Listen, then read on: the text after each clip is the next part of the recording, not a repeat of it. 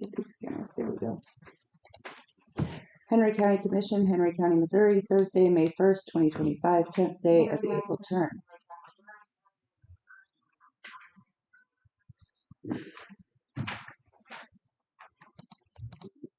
There we go. All right, the Henry County Commission met pursuant to adjournment at the courthouse in Clinton, Missouri. Those members present were Jim Stone, presiding commissioner, Mark Larson, North District Commissioner, Jake Bradley, South District Commissioner, Kelly Merritt, Henry County Clerk. 9 a.m., Commissioner Stone brought the meeting to order. The agenda was approved as presented. The minutes from the Tuesday, April 29th, 2025 meeting were read. Commissioner Bradley made a motion to approve the minutes. Commissioner Larson seconded the motion. Motion carried. Expenditures for the following are approved to be paid: employee benefits, road and bridge, buildings and grounds, law enforcement, GR, jury pay, general county government, inmate security fund, juvenile office, assessor, university extension. Chuck Thomas addressed the commission regarding paying taxes and not seeing the benefit. He asked a few questions. Who owns the building and the property at the old emergency management building? Who owns the deed? Whose name is on it? How many tax dollars were used to refurbish? What is the value on the property? Who paid the $50,000? Who is the organization? He shared he had looked it up and it's Project Homeless. He shared that to be faith-based, they have to follow extreme regulations. He then explained his understanding of how to file a nonprofit. He stated he cannot find any information on the nonprofit and that he would oppose any tax. Denise Welsh talked to the commission regarding the homeless issue. She asked for transparency regarding current issues in Henry County. She expressed that there was a lot going on and she feels like the general public can't keep up with what is going on with the county and city. She shared that she feels the location is inappropriate. She would like to know the money that has been spent on that building. She just asked that the county or the community be involved. Jessica Voles, small business employee of business here on the square, shared her concerns with bringing a homeless shelter downtown. Her main concern are how it will affect the businesses on the square. She expressed that several businesses downtown do not want the shelter down here. Commissioner Larson shared that he believes there is never a good place to put a homeless shelter. He shared that he did not know that Clinton had a homeless problem until this, as he doesn't live in Clinton, and that this project is more than just a homeless shelter. He explained that the project is for giving the people who want to get off the streets an opportunity to do so, and that the homeless population that don't want to change won't. He went on to explain that they are elected officials, elected by the people, and elected to make decisions for the people. He shared that the county can't be micromanaged, that every time a decision needs to be made, we can't hold a public hearing or meeting. He shared that he agreed with this because it was probably the best route to go with the building. In his belief, it was a win-win. The county gets out of having to maintain and keep up with the building, and the project could do some good in this community. Commissioner Bradley shared that he has spoke with the sheriff's office and that they have met with the city of Clinton as well to address the issues downtown. Commissioner Stone shared that he is understanding to the people who are concerned as he also owns a business downtown. He explained that they are doing their due diligence as a commission. Commissioner Larson shared he does not want county money going to the project. As far as the grants go, that is what they are for. Chuck shared that it is not a matter of like or dislike, it's a matter of using the grants for what they are to be used for. Commissioner Bradley stated that Chuck may want to speak with Darren Huey. Commissioner Larson said if the government gets involved, he doesn't believe it'll work. Discussion continued on the project. Commissioner Larson shared that if we can help, we should. Chuck asked if Commissioner Larson believed in responsibility. Commissioner Larson said no doubt he did. He expects excellence out of anything he does. Chuck shared that he is going to continue to oppose it. Mark Hardin, Henry County Emergency Management Director, shared that the email address we set up as a county for reporting is being used. He stated that he has heard from 4 townships about storm damage. He addressed the questions regarding the equipment at the old emergency management office. All of that equipment is still down there with the exception of some computers that had to be returned to the state. Both generators that were in question are down at the storage and they get tested monthly. Mark also shared that they are working with Casinger to get a storm shelter added to their hazmat mitigation plan. Once that is set up, they can apply for grants to get storm shelters. Dennis Bowers, Road and Bridge Supervisor, attended the meeting. Dennis shared that they are still working on storm damage in the county, especially in the northwestern part of the county. Dennis shared he is going to suggest to one township that they use CART funds to replace culverts. He has had some of them marked bad for several years. Dennis shared that he is going to talk to the city of Clinton regarding a bad culvert inside city limits as he got a call about it. But after research found out it was the city's culvert.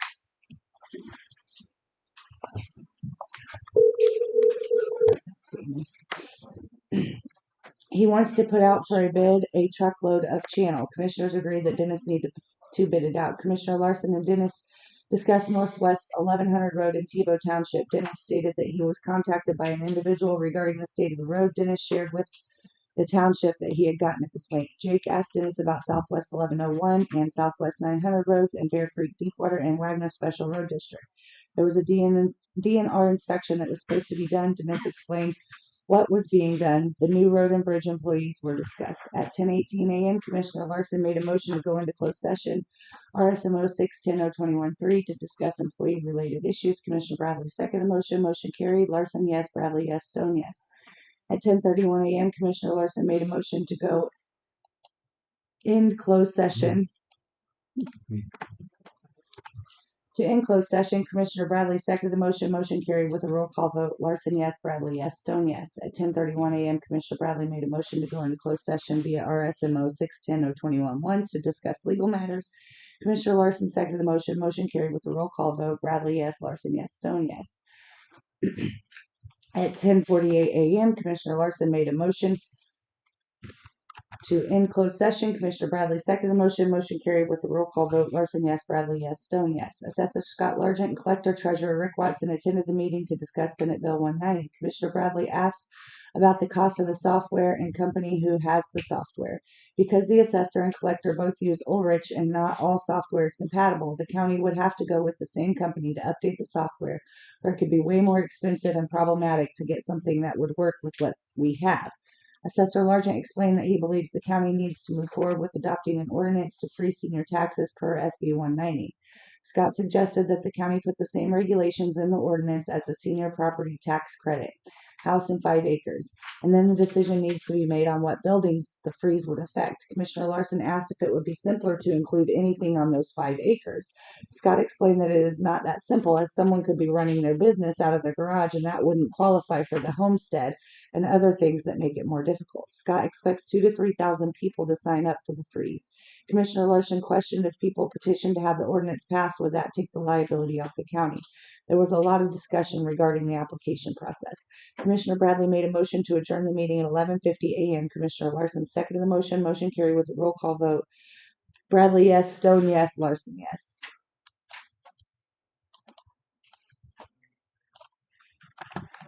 I'll make a motion to approve. I'll second that. That being said, all in favor, say aye. Aye. Aye. Motion carried. I'm going to zip you the closed session minutes real quick. You're gonna what? Zip you the closed session minutes for you guys to look at. Yeah. I forgot we had closed session minutes. There you go. Okay.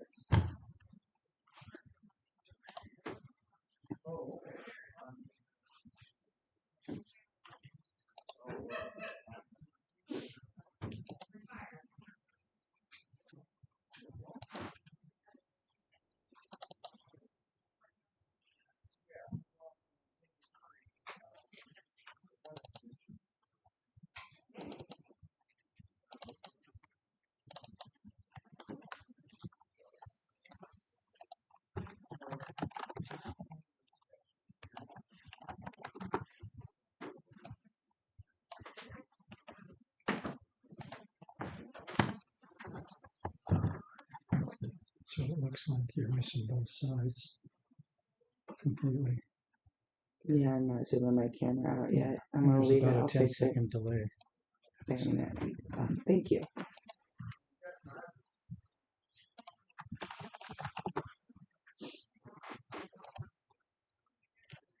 I'm just glad it's up there.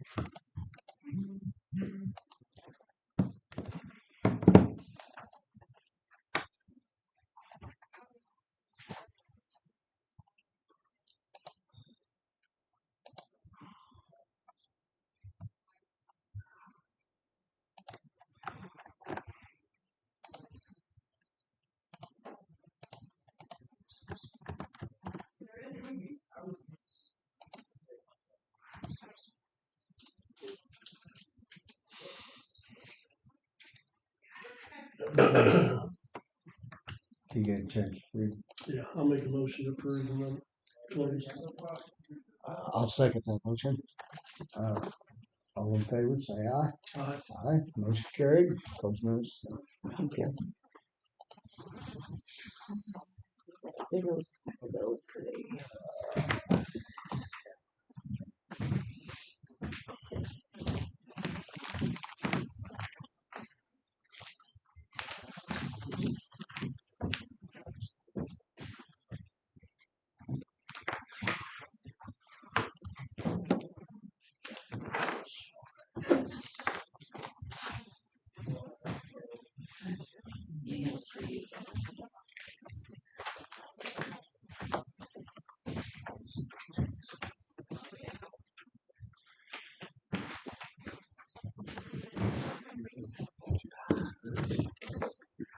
Which one?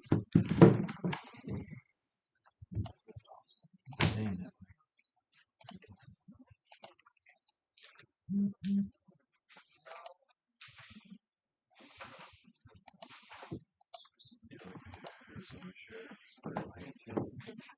Hmm.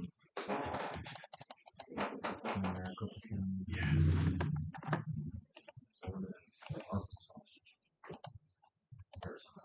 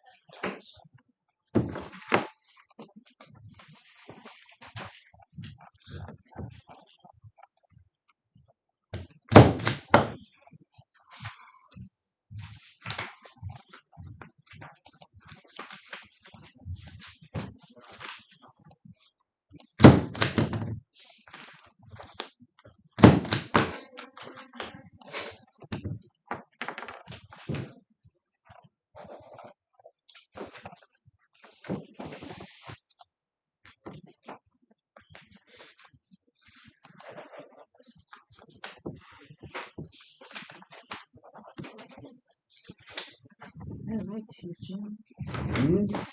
Is it working?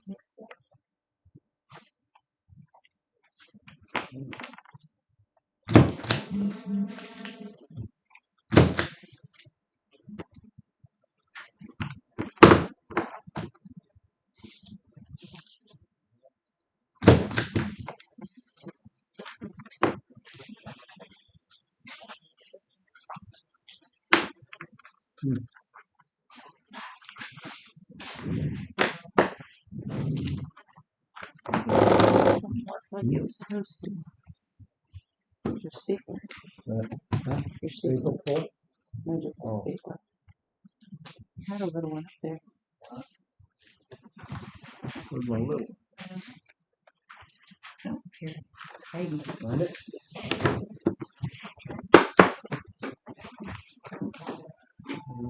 I'll print that report off here in just a minute. Huh? Too. I'll print that report.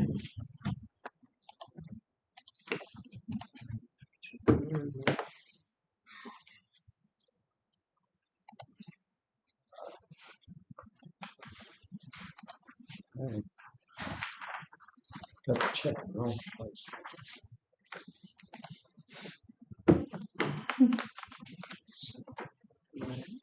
Hmm?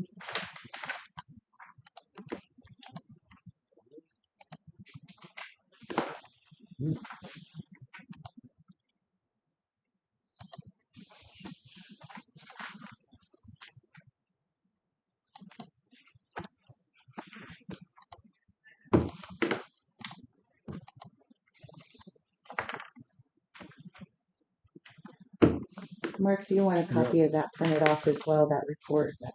I just need that one page with conclusions. That's. This one is, it's Yeah. only 17 Alright. pages, so we're gonna print one, at least one hard copy of the whole thing. Okay.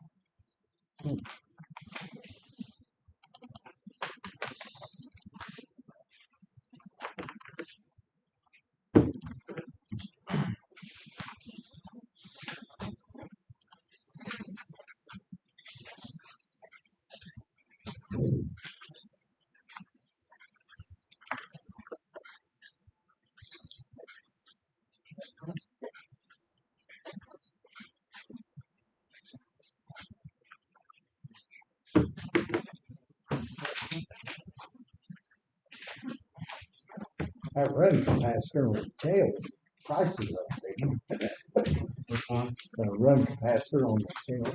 Right?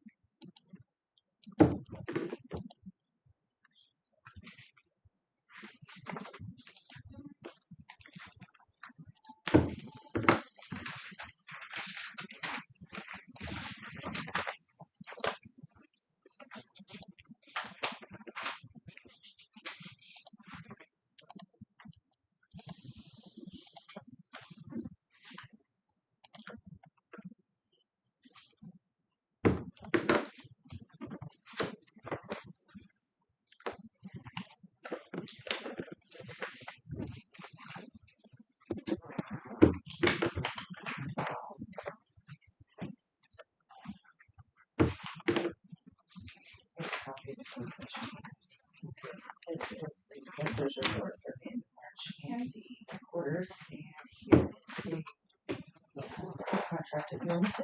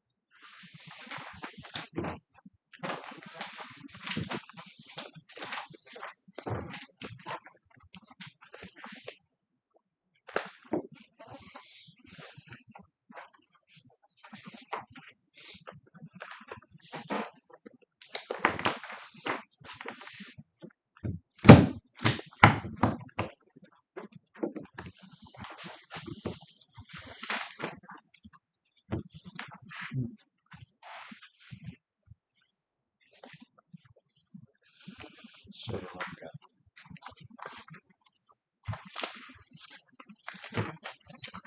Stamp those, please. Mhm.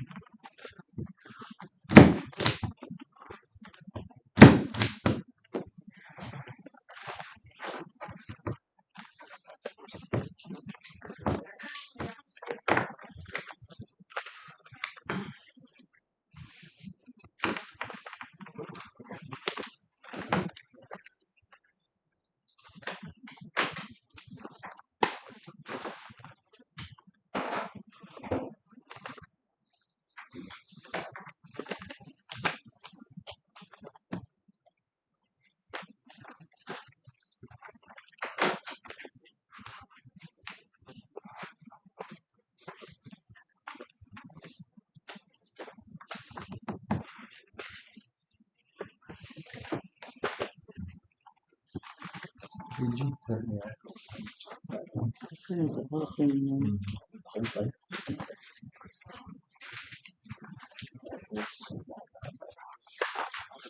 figured it would Be be just as best easy. for us to have a hard copy to put in the file Oh, yeah, anyway, we so do that. we could make a copy of the page that you want when you. Yeah.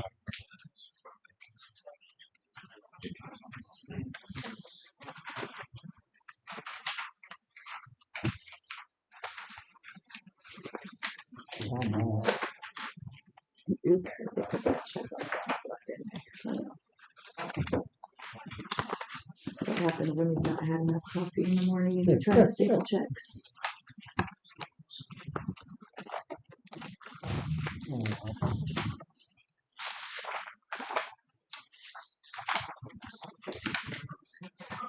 It was laying up here. I don't know how it got shuffled in my papers.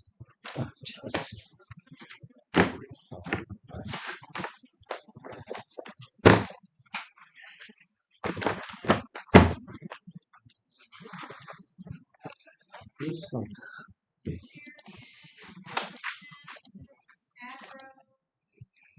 This one.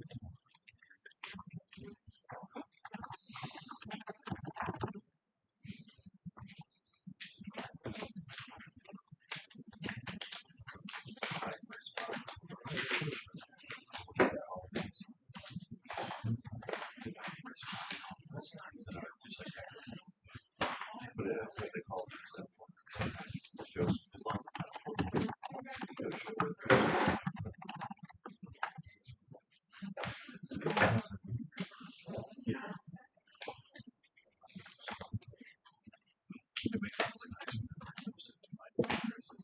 Okay.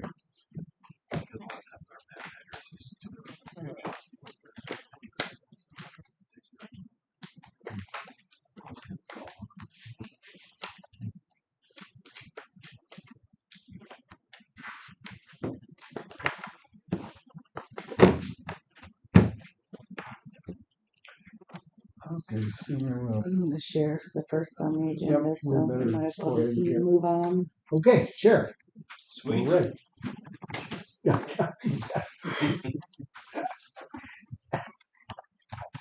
Save the best for last.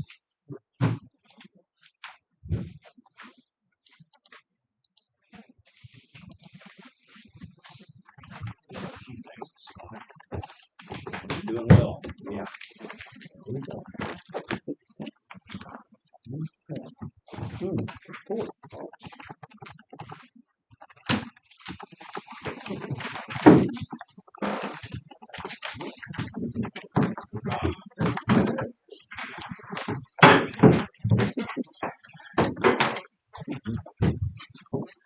So we're a tad bit behind, but in this one you'll see the March and April report. Mhm. We'll have May on time this time, at least April's on time. So we have those reports in the very back of that. Both of our canine handlers are here today. So they would like to talk. We would like to talk about a canine day, and then finally we have a finalized contract with the village of Brandon. So out of all of our city contracts, that's the last one on the list. To go. So a little bit about our March and April back in March, Mhm. our call volume doubled. And you'll see that for April as well. But our traffic stops are, especially in March, 332. The prior month was at 100. So our productivity is doubled, somewhat tripled. Along with our reports, our rest are up. But you'll see with March, April, and going into May, a lot of our arrests we're getting 24-hour holds on, and we're getting warrants within the 24 hours, and the bonds are they're they're appropriate. So they're either no bonds or they're high cash. And the goal is just to get them in our system, to get the reports up in an appropriate time. The system is flowing as it should, but as we've shared, our jail population is steady and up because of that, which is absolutely fine. So, a little bit about March, just to go back a little bit, we started our In the Moments That Matter, our SRO program over in Windsor. Next month or this month they'll be out of school, so we'll probably bring our SROs up next month to kind of visit and just give an overview of the program here in Davis. One of them did a little write-up over the week, and it's very nice. The stuff that they learn, the impact they make on the kids, it's pretty powerful stuff. So, still to this day, our death investigations are high. We had a couple of them again yesterday. It's just constant. And Rob can talk a little bit about that. But we attended a. You want to talk about that? Suicide awareness. Suicide awareness. Yes. Yeah, one of the things that we noticed is going back from January up through the first part, or from the first part of this year to the present, our number of suicides from residents here locally was about triple of what it's been in years past. It really spoke to our community.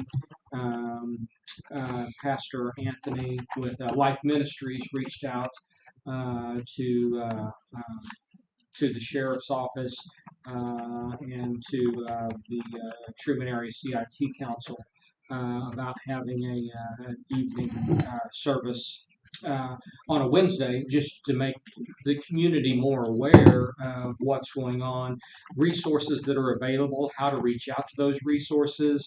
Of course, 988 is now a nationwide movement, kind of the same as 911.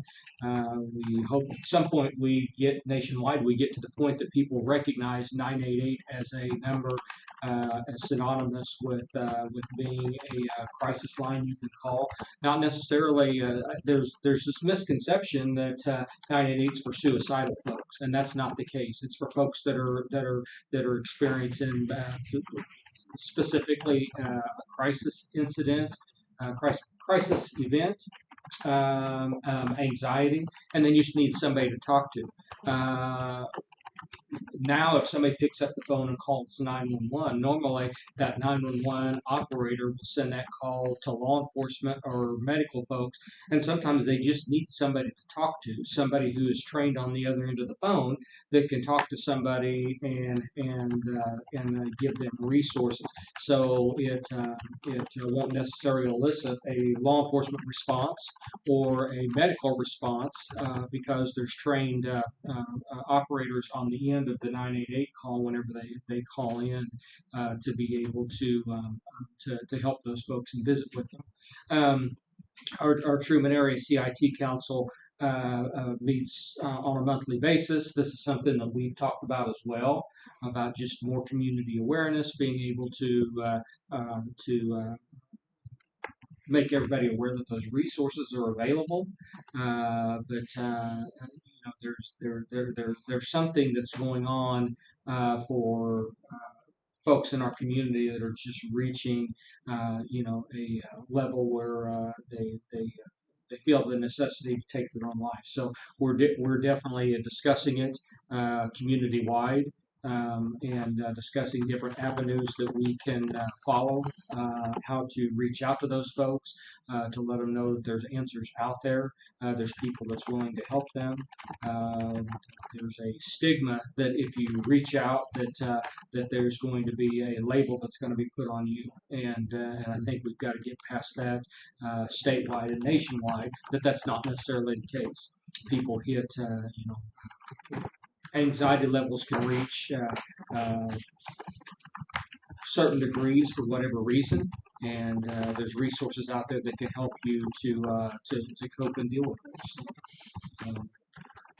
So with that being said, we're continuing to watch, but we're continuing to reach out to community and discuss that within certain groups to try to bring more awareness up and expand those resources so that we can bring those numbers back down. So in law enforcement, those are one of those topics that I think for years you just try to stay away from. Don't talk about it. Nobody wants to hear about suicide. You just don't talk about it. We don't feel that way. We're talking about it, and we're moving forward with it. So it's very important. Donut with a Deputy, we absolutely love these. We had one in Deepwater in March. The City Hall actually put this on. Well, we all put it on, but they funded all of it. So the coffee, the donuts, the mayor, and the City Hall were fantastic down there. I think the day before this, we actually signed a blue shield with the City of Deepwater too. So it was really cool. A lot of citizens came out. Some kids played in the car. It's really neat. We also heard some positives and negatives. We love those too. So a lot of our cities face the same issues, and it's a way for the cities to share that with us while we're there. Deputy Salters received an award. So this is really cool for the City of Windsor. They put on an award ceremony. The fire department did, and they recognized several of their members, Lieutenant Worth and Salters, and Assistant Chief Bowers, and Firefighter Huff and Eggers. Very powerful and touching, but they saved the life of the 3-year-old, and pretty touching ordeal. So it was one of those things that nobody thought twice about it when they went to the scene. Pretty powerful stuff. This next week, I think, this month anyway, is Law Enforcement Down Memorial Week. But Mr. Ryan Morton, his end of Watch March 6, 2018. So we felt it was necessary to go ahead and share that again. And it's always nice to hear the communities out for still continuously law enforcement in Henry and Clinton PDs. So, it's very nice to go back and reminisce, and it's always nice to see and share what the citizens still see and hear and share with us. So definitely miss the guy. And a little bit about our operations. Yes, I got you one.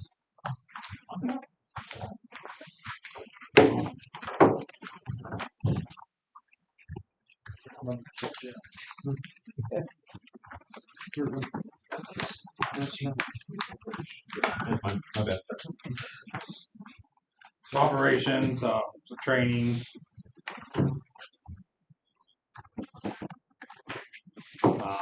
Also wellness instruction. One of our team members, which will focus on physical wellness strategies. We sent a couple guys to CIT training at the base at Whiteman.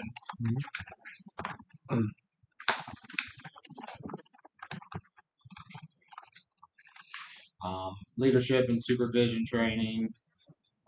Several team members completed instructions through the Missouri Sheriff Association. Handle with care. Multiple deputies participated in training to support trauma and inform response to youth, ensuring we approach sensitive situations. Community engagement. Attend board meetings in Windsor, Calhoun, Newark, Montrose, and Deepwater, along with the Henry County 911 board meeting, Missouri Rural Major Case Squad, Davis R12 board meeting. Developing a new website and mobile app to improve communications and information sharing. Some of the municipal reports, City of Windsor, we had a total of 592 contacts, 70 total reports, 9 arrests, 70 traffic stops that were 21 issued citations. Deepwater was 48 contacts with 7 stops, 9 reports, and 1 arrest. Montrose was 26 total contacts with 5 stops, 4 reports, and 2 arrests. City of Urick had 60 contacts with 11 stops, 4 reports, 4 citations issued, and 1 arrest. Calhoun had 26 contacts with 5 traffic stops, 4 reports, and 2 arrests. Perfect. Our numbers have gone up drastically from the first month, second month, and then third, and you'll see it in the fourth. But boy, we're getting pretty proactive. We just had a pursuit over the weekend too, so it's starting to pay off. Did you hear about that? Oh yeah. So we got them. So we'll talk about that too. A little bit about our traffic enforcement. Again, our MoDOT grants. They're going pretty well. Mr. Hill. We still haven't heard back at this point. We've reapplied for monies again for overtime enforcement within our school zones, and also to help on travel holidays, as well as over the summer period when we start to see the significant increase of lake traffic coming down here, particularly on our weekends, but we also see that certain times during the week as well. So those numbers, we also start doing quarterly reports, so you can kind of see how those numbers, we total those numbers or where those come from. So throughout the month of March, we had a total of 98 traffic stops. There were 57 hours of specialized enforcement that was conducted. 105 warnings were issued for various offenses or violations that were encountered by deputies. 10 citations were issued and 3 arrests were made, and all of this was at zero cost to the county. This was where MoDOT money was spent, and they do a 100% reimbursement. One of the things that we've also asked for is we've expanded our grant for the upcoming year, at least asking for them to fund 50% of some new radar units. So that way we can start updating or upgrading radar units that are starting to become obsolete. There's better technology that's out there that can help us with traffic enforcement, and we're asking for MoDOT, since we've had a partnership with them for about 15 years with these traffic grants, and they've been gracious with giving us money. They've expanded our funding over the past years. We're asking for them to also fund us a portion of radars to be able to expand and use during these enforcement efforts as well. Over to the corrections. Jackie is tied up on some admin stuff at the office, but for March we had a lot going on again. Our ADP was 196. It fluctuates daily, but that's the average.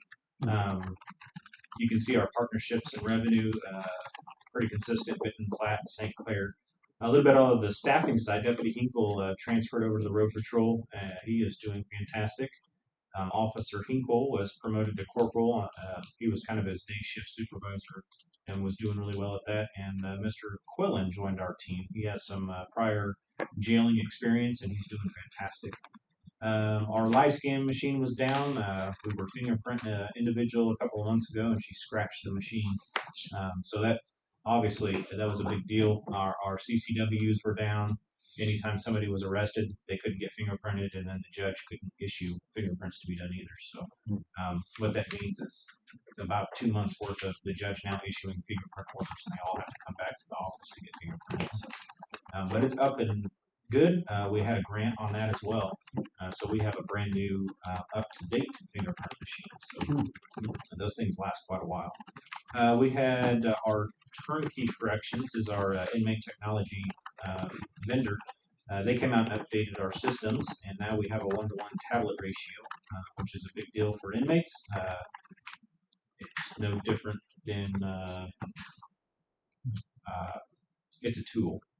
So you can lose that just as a privilege like anything else, but it also offers them training and learning and other things while they're in there as well. So on the employee side, we have been sending a lot of employees to training. We're very proud of it. We're really trying to improve the morale, obviously, but in the tune of that is really giving our employees love. So we've had over 170 hours of training through the MSA and post-certified training. So the good thing about MSA is we have that annual subscription with them anyway.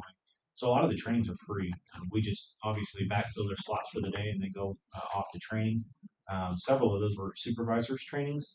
So now our philosophy is when you get promoted to a supervisor's position, we actually send you to supervisor trainings. We're really overdoing it on training and it's fantastic. So a little bit about those trainings, the leadership, the GEL Academy. So there's a 48-hour GEL Academy now. So instead of just hiring somebody and figure it out, we have an FTO process and a GEL Academy training.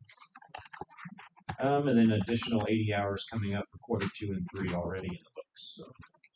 So looking ahead, we're doing some changes within the office. We're getting Lieutenant Kubelis here a little bit of a bigger office, and we have restructured our evidence. So we spent 3 months on evidence. Yep, we're still in the mix of evidence, but really good things going on there. And then the DMH remains a stagnant challenge. So, Lieutenant Kubelis. So in the month of March, the investigative unit with it was assigned with 14 total active cases throughout the month of March. Through that, our detectives completed 7 subpoenas, 1 search warrant that furthered the ongoing of those investigations, and did approximately 50 follow-ups for those investigations also for the 2 of them that is there. The case types that you see there is death investigations, crimes against people, theft and stealing, fraud, and financial crimes. Then on the backside of the evidence, off of that, I am actively working on organizing everything with the evidence side of things, especially the old jail. That will be completely removed by the end of this week.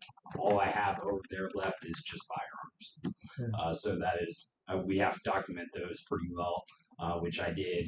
So those will be moved and that will be completely done and gone. So everything will be back over to the office. Evidence is right now one of the top priorities that I am looking into.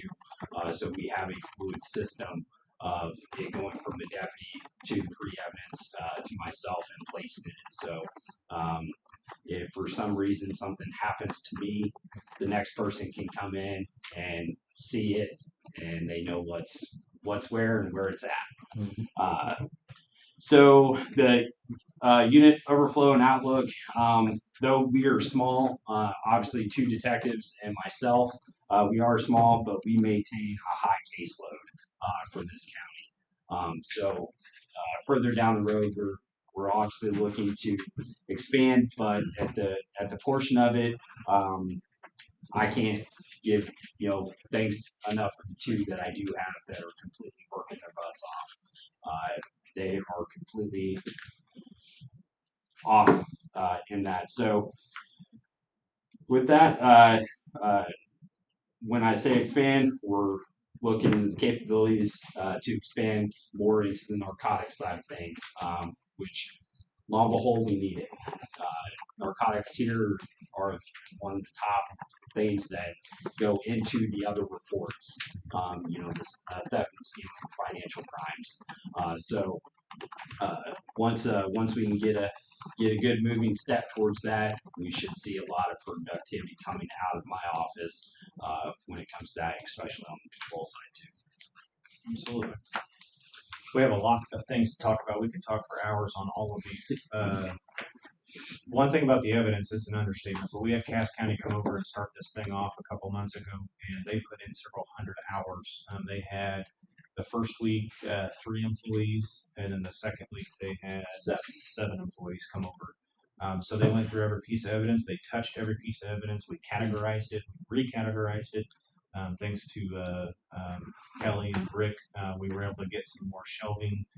We had to redo our internal evidence room for more space. there's a lot that goes into this, but it's a very important piece for obvious reasons. So, it's a big undertaking. He has a couple of more weeks left in it, so there's many hours just in redoing it. It hasn't been touched for years. A little bit about court security. Everything's going great. We have been overwhelmed with the amount of visitors. We just didn't realize that many people visited here. So I say overwhelmed. We've handled it absolutely great, but it's just numbers that we didn't expect. But it's been flawless. Well, we have a system down now, especially Boyd Dyer days for trials. The line doesn't extend outside anymore. We have 2 to 3 employees down there, and we get them in very appropriately. Obviously, our jury trials have gone up on numbers, and in that, our visitors to the courthouse goes up. So the one day, last 2 weeks ago, we had over 400 people in one day visit here. If you ever go up there, even felony docket day, there's people, the whole courtroom was full, and it went out into the lobby and the downstairs for overflow. So our building is very busy with a lot of ebb and flow. So that kind of just gives you like the schedule. Sergeant Richardson keeps these; he's kept them for years, but it's just it's amazing how many people give and take, and then the backflow of our system. 188 scheduled arraignments. Or scheduled hearings, 29 arraignments, and then by video it's 128. So that is very nice. Those are 128 people we don't have to bring here. They video from our sheriff's office to here. And then 9 arrests throughout the day. So a little bit about April. We have a lot of course, we have a lot more community events. Easter, we had a lot of staff on Easter Day, but we went to a lot of events, and it was pretty fun. So, but you can see our call volumes, our reports. Our report numbers are pretty staggering. Sergeant Logan was looking into that. You want to share a little bit about how our reports are rolling? Yeah, so back in 21, I think we did a little over 1,000 reports since I've been here. That was the highest number we've had. We're on track about a month ahead of beating that number. So in June, we're at 100, I think, less than we were at. I mean, in June of 21, we had that many that we have now. So we're well ahead of beating over 1,000, 1,100 reports this year if we stay on track of what we are. And summer's just now coming, so more reports are going to happen in summertime at the beginning of the year. I think that says a lot. A lot of people are calling back in again. We have that conversation all the time. If you see something, say something. And we do see that. People are calling in. We're getting there. We've had just this month multiple burglaries in progress, and we caught them. So those are some of those that it's not a book and release anymore. You're coming to our facility, and if we have anything to do with it, you're going to stay in our facility.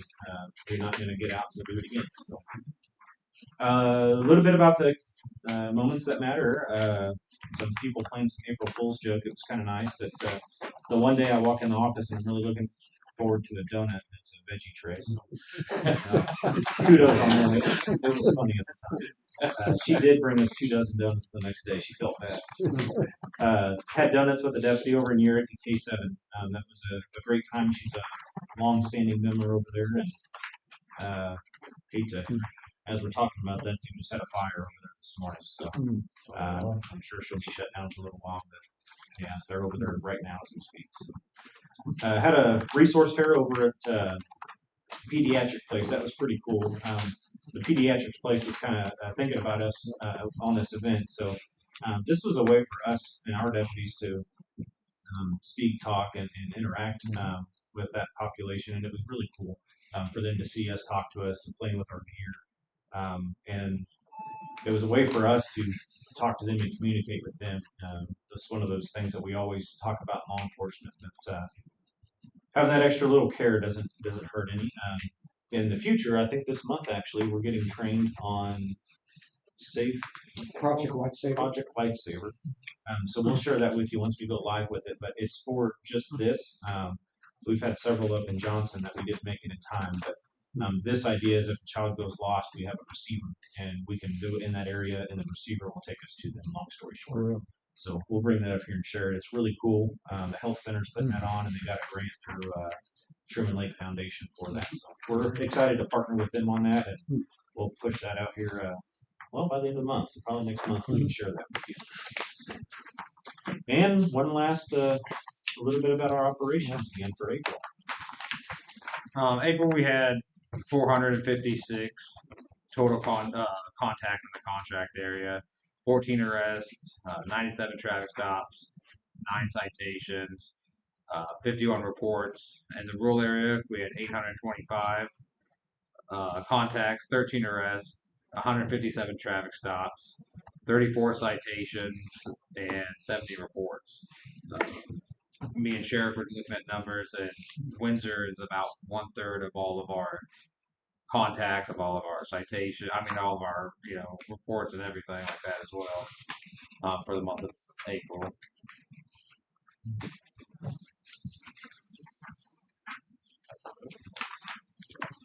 Breaking down to the Windsor, we had 459 contacts, 33 reports in Windsor, 8 arrests, a total of 80 traffic stops and 16 citations. Deepwater had 19 contacts, 2 stops, 5 reports, 1 citation, and 4 arrests. Montrose had 28 contacts, 3 stops, 3 reports, and 1 citation. The city of Urick had 22 contacts, 8 stops, 3 reports, 1 citation, and 2 arrests. Calhoun had 18 contacts, 4 stops, 7 reports.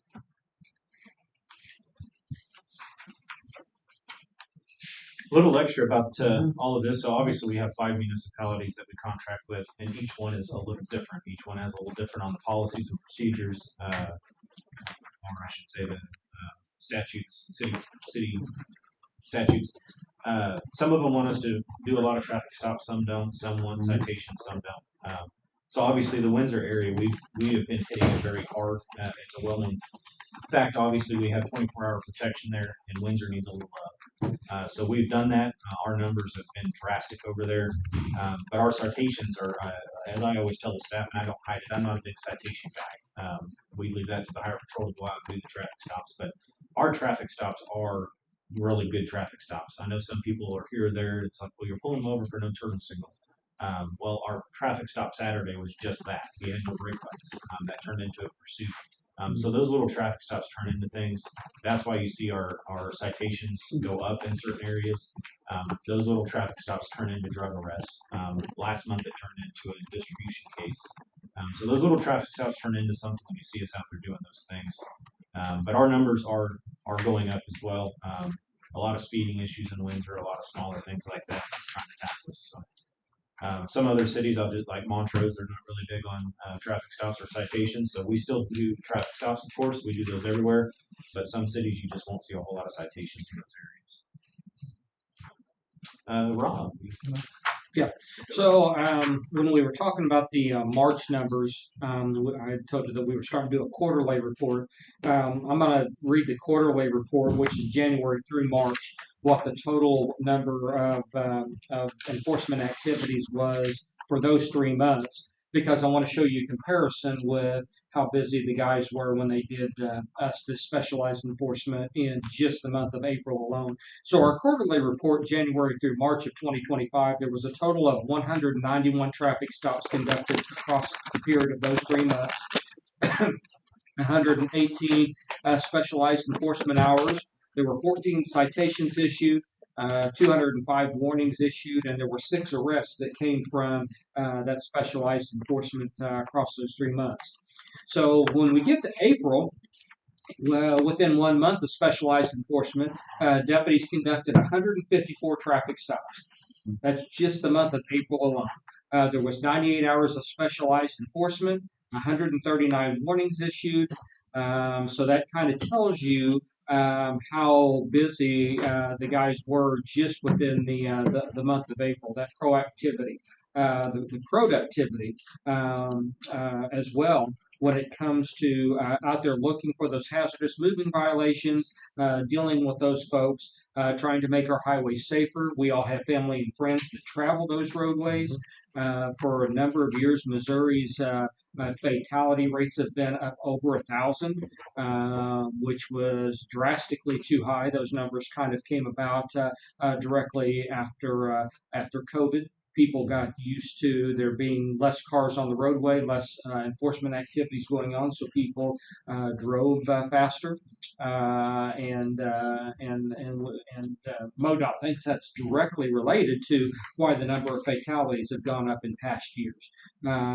This year, they've talked about, and one of the things that we implemented in our grant that we've submitted that we're still waiting for answers for, is they've seen a significant number of, excuse me, pedestrian-related fatalities. People that are on foot that are getting struck by motor vehicles. That's another area to start focusing on. But you can just see how busy they were within the month of April. So I'm sure it'll be interesting to see when we get to the end of June with the July report what this quarter is going to look like. So. Perfect. On the jail report, our ADP for April was 99. So again, it kind of steadies around there. That's where we like to keep it. When we get to about 100, it's a little bit too much for the day-to-day growth. But, and then the same as last month, our leadership, and that's really true. Our jail isn't just a place of confinement; it's a launching pad for leadership. So we've had four of them actually. CDOs transitioned from the jail to the sheriff's office side, the road patrol side, and they're doing really great. And we're also really looking forward to our police academy that we're going to host here coming in July. And 6 of our detention officers are going to go to that. So it's a part-time academy. They can still work their 40 hours at the sheriff's office and attend these classes in the evening. So we're really, really looking forward to that. And I think that's the very last page, and Rob can talk a little bit more about that as well. With the academy? Yeah. So in past years, we've partnered with the Missouri Sheriff's Association with bringing a part-time academy here to Henry County. We were able to do that consecutively for 2 years straight. When enrollments dropped off, then they I don't want to say discontinued the program, but they moved the program from Henry County to other areas. They have graciously, on visiting with us, believe there's a need again. With Governor Kehoe taking office, one of his top priorities is not only prioritizing law enforcement and first responders across the state, but also bringing up getting us caught back up with the number of officers that Missouri is short. There's a shortage of law enforcement officers across the state. Officers have reached ages where they've retired. They've gone to the private sector where maybe there's more money, there's better hours. Everybody sitting at this table, and including members of our staff, will tell you that working in law enforcement is difficult. It's not easy physically. It's not easy mentally, and it's not easy when we're coming to families.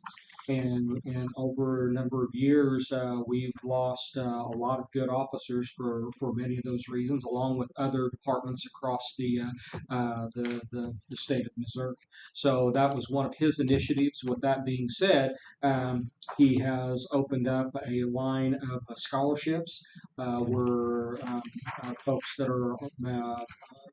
are what we would call a citizen employee, maybe work in the detention center, work administratively or whatever. If they want to go to the academy, they can apply for one of these scholarships, and those scholarships then can be used to send them to the academy, so we can have more post-certified officers and bring those officers out to patrol. We're really excited about this. We've got a lot of instructors in-house already. We're going to be in the process here in the coming weeks, certifying other deputies that we have and officers to teach pretty much in-house. And we're looking for this to be a ongoing project with partnering with MSA. We've also had some preliminary discussion with the with State Fair Community College, who also wants to partner with us and MSA in potentially offering college credit hours for State Fair Community College students who are looking to specialize or to get a degree in criminal justice. Then to be able to, if they attend our academy and successfully complete our academy, they would be able to then have a certain number of college credit hours that would go towards their degree already. So that's an added bonus. It really is. It's just to be able to do that and be able to have that partnership. Like I said, that's just kind of in the discussion phase. We spoke with State Fair yesterday and looking to facilitate a meeting between between MSA and ourselves, and seeing how we can progress with this program and how it will benefit us locally. So. All right. So, as just like in the month of March, April, they were investigating the 14 active criminal cases that they've had. Within that, in the month of April, the detectives served 10 subpoenas for further casework on those cases, and also 2 additional search warrants, which out of those search warrants, some were submitted to the state crime laboratory, and additional materials were sent to the United States Secret Service for forensic and intelligence analysts of phones. They have a very good system that is beyond our capabilities here locally, that we can grab stuff out of people's phones out of those search warrants. The snapshot of April, obviously with the reports and supplements that were filed, the 2 detectives and myself, we completed 61 supplemental reports or reports in the month of April. There was 12 interviews conducted, and again, there was 2 search warrants that were executed. Also, in addition to that, still the same evidence. That is like I said, that is the biggest thing. Just on the focusing on the organization and compliance. So like you said, the next person that comes in, we do an audit. Obviously, everything is where it's supposed to be. But we're proud to keep it going and be as professional and focused on all the investigations that come through our office. So it's not, sitting in the waiting limb. It is, we are getting the victims what they need. Thank you. So court security, it's been a very busy month. We've had over 4,100 visitors in April. I don't see that going down. We have a lot of jury trials still coming here.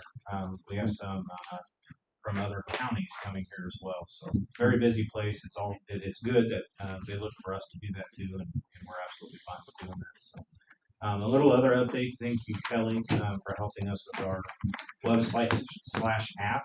We're moving forward with that on the funding side. She shared that with you guys, so we're very appreciative and thankful for that. That's going to be a big deal for us on our transparency side. So the next thing we're about to tackle is our policies and procedures. We're trying to work with a company to see how we can get that rolling. That's a big endeavor too. So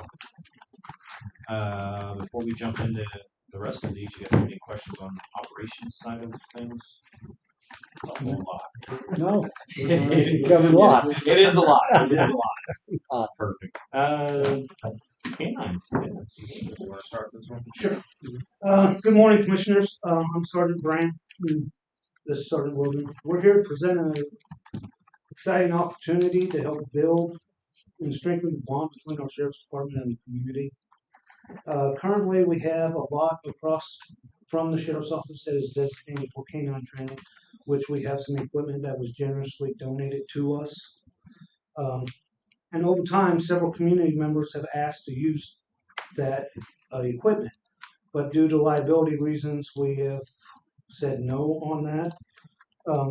However, as a part of our ongoing effort to build this relationship with our community, We'd like to propose an event that would allow the local dog owners the opportunity to engage with us and benefit from our training resources. We would like to introduce a canine day. We would like to do this once a quarter.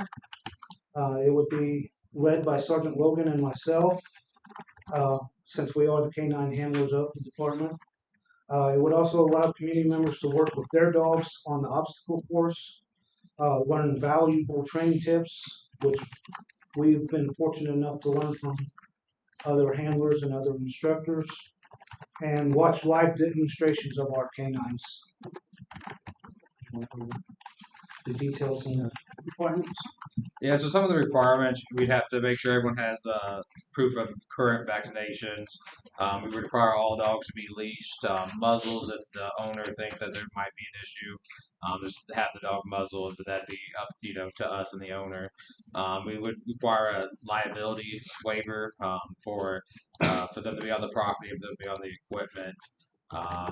Behavior standards, if the dogs are not like other dogs or anything like that, we're not going to tolerate that being on the property. If they're aggressive towards people or other animals, we're just going to not ask them to participate in that just for safety reasons of everyone involved. And then it'll be up to Sergeant Brand and I if there's any issues to kind of handle that and approve the dog to be there. Or, like I said, if it's an aggressive dog to people, animals, then it wouldn't be allowed to participate in it while other animals are there. This brings a good educational opportunity for people, like Sergeant Brandt, for the community to be involved with the equipment and with us while we use our dogs for the equipment. Being able to be involved with the community. We get a lot of requests for people to use this facility. So the community wants to be involved with it, and then we would be involved with the community as well. And that would grow relationships as well. So. Perfect. Yeah, we don't know where we stand. We've always been told that it's insurance reasons is why we don't open that to the public. I honestly don't know. We haven't done anything since I've been here, so we thought we'd just submit it to you guys and see what your guys' thoughts and feelings were on that, and go from there. Probably the biggest thing that would be insurance on, especially other dogs coming in, and if it's not supervised, especially. Sure. That'd be the big thing there. That's on the problem. And that's been talked about, but it's just, where it's open, I don't know where we stand for sure. What would it take for us to find out? I don't know, we'll just have to talk to their insurance. It's whatever. I mean, we've never done anything over there, but so like they said, the idea those two would be they're trained in it. Yeah. Well, on a draining day, I think that'd be fine. Sure. I can see that. I'm talking about just the public coming in when they wanted to. And that's still not allowed. Yeah. This would only That's be what I'm certain talking days, once a quarter, and it's a canine day with the that's- sheriff's office. Because it's all Yeah. supervised. And we still don't allow, or we've talked about if we keep that lot, we ought to have a fence out there and fence it off and put signage on it. As it is right now, the public just walks in there and they use it, and we have to go out there and tell them that it's a closed property. But they brought that up, and in the future we'll probably, document it, have somebody come look at it and give us some prices, because I have no idea. And try to make that into a legit dog facility. But yeah, no, we agree. We still don't want it open to the public. I Yeah. think it'd be Yeah. a great idea to have a good check. Oh, yeah, sure. So we can check on our end. Yeah, I think it's a great idea. Okay. Seems like good stuff. Okay. No, we'll check and then we'll just submit it back to you guys. What they say or Good. yeah, go from there. And these days will be supervised by Sergeant Brand. Yeah. I think it's Perfect. Thank you. okay. The last thing is the ordinance agreement with Brannington. And this is just like the other one. So Brannington's a little bit different. It does have all signatures. And we can go on to this until Jake's back to me.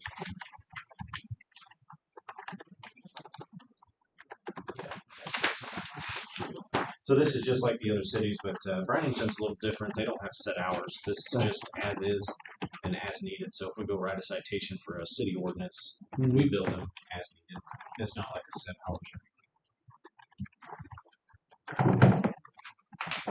The last thing I'd share on that, we just got emails this morning, actually, and we talked to DPS in the governor's office, but we were approved for the Blue Shield as the county, and then all 5 municipalities were approved too. It took a little bit longer. She said she had to call the governor's office because it was the first time somebody's done that with so many municipalities and one agency. So they were pretty, they were excited about it. So of course I had to throw in there. So does that mean we'll get more grant money in July? She laughed. We'll probably have to have Jake, I don't know if sure they're gonna do that. Get a sign first. That works for me. All right. Okay, Any questions for us? very good. Sounds good. Awesome. Thanks. Thank you guys very much. Thank you.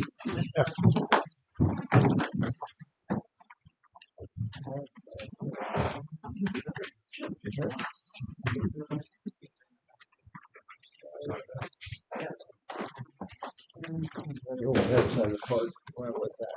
Where's that? Oh, that goes with Yeah. Burlington. Thanks, Judge Dan, going on over there. Robin. Is it musical chairs? It is. What? It is musical. Oh, chairs. No music. Just so Robbie don't start singing. We don't need music. Just over there. Oh,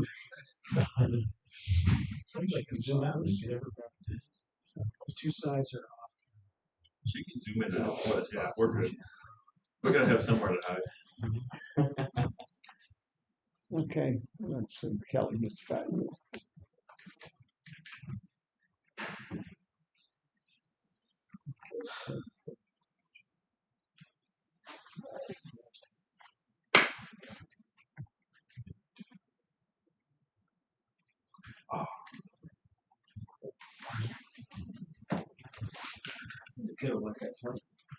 Oh, she loved it. Yeah, she said, yeah, as soon as we got like off the ground, like 200 feet up, she goes, "This is amazing." She's never been there before, so especially something like that. Yeah. So yeah, and that camera like right by her face the whole time. She's just like,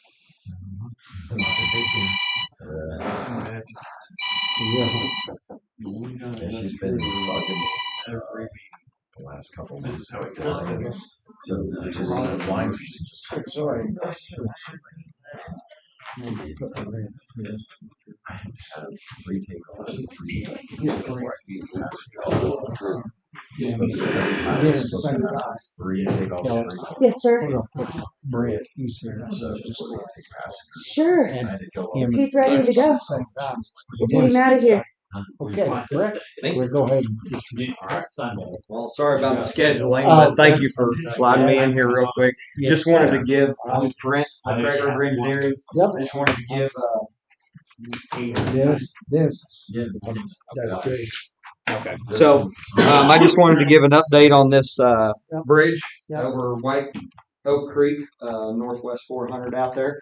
And, it's, even with the flooding a couple weeks ago, that was underwater Monday and Tuesday.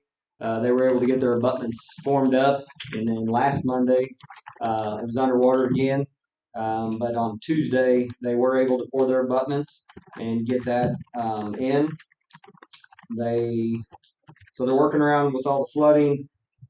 And yesterday, they were going to begin setting the bridge girders, and their crane pads weren't quite holding up, so they had to back out, and they dug that area out, and they're putting some rock in there this morning, and hopefully about noon today they should be setting those 3 girders plus the deck panels and begin forming this up for the bridge deck itself. So I think they're still on schedule, shouldn't have any issues meeting their timeline of June 21st. They've got part of their rock blanket in, and things are moving forward, although, other than the flooding kind of set them back a little bit, but I don't think it was too much. The flooding and the seams up there.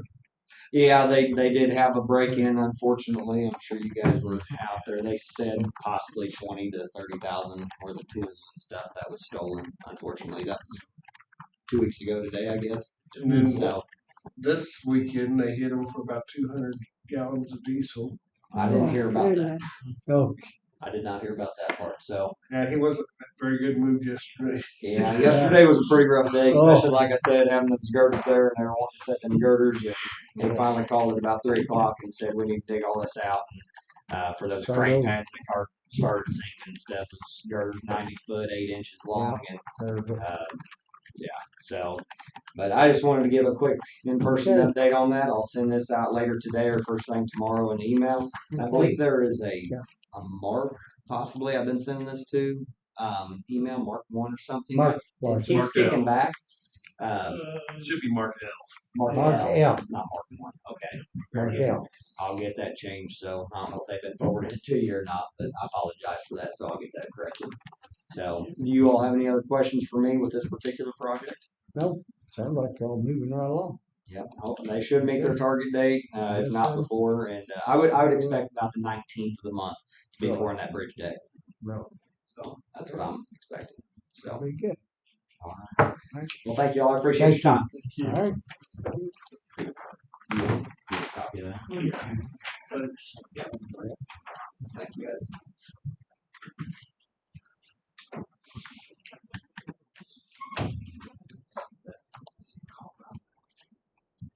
Don't be pointing fingers at me. You got more papers than I did. Okay. We are not gonna have the $125,000 worth of flood damage like we thought we was going to. If all the townships would get on board with it and stuff, we could have possibly hit it, but a lot of townships won't get on board with it and don't want to take the pictures and stuff, so, we're fixing what damage we can and moving on, and we got a bunch of pipe that's gotta go in the ground in the next couple of weeks. Brush cutters, I am gonna fire them up tomorrow and start, send them out, so they'll be start cutting brush tomorrow. Okay. Get any questions for me, Mark? Jim? Where are you Boss? starting? First cutting? Where at? I think he's Gonna talking start- about starting in Fields Creek Special and going up the line and coming across into Tebow and Windsor and working back and forth until they get the whole east side done. All right. So we did go over and do some ditching for Tebow Township. And we got that done. So got a hold of Windsor. They didn't want to do any this year. So we brought the ditcher home and swapped it out and put the motor back on it already. And so they're going to be going out tomorrow. We're trying to get some culverts that was plugged completely up with brush or smashed down, opened up to where we can get some water draining in places. I talked to you about Bear Creek, we ran their roads and looked at their culverts. They're bouncing around 25 to 30 culverts that's going to have to be replaced. And, once, like yesterday, we started digging brush out of one. And once we got all the brush dug out of it, the bottom's completely gone. So we had to add it to the list. So I'm going to meet with them tonight or tomorrow and give them the good news. So otherwise, I did not get the specs to Kelly for the 6-inch channel stuff because I was just busy with other stuff, and it's going to be July before we get our bridge beams, so I didn't figure a week would hold us up too bad. So we won't have no bid openings next week. It'll be the following week. Boss, you got anything? Did you say Big Creek or Bear Creek? Big Creek. Thank you. I'm gonna leave before my phone's interrupt you again. Okay.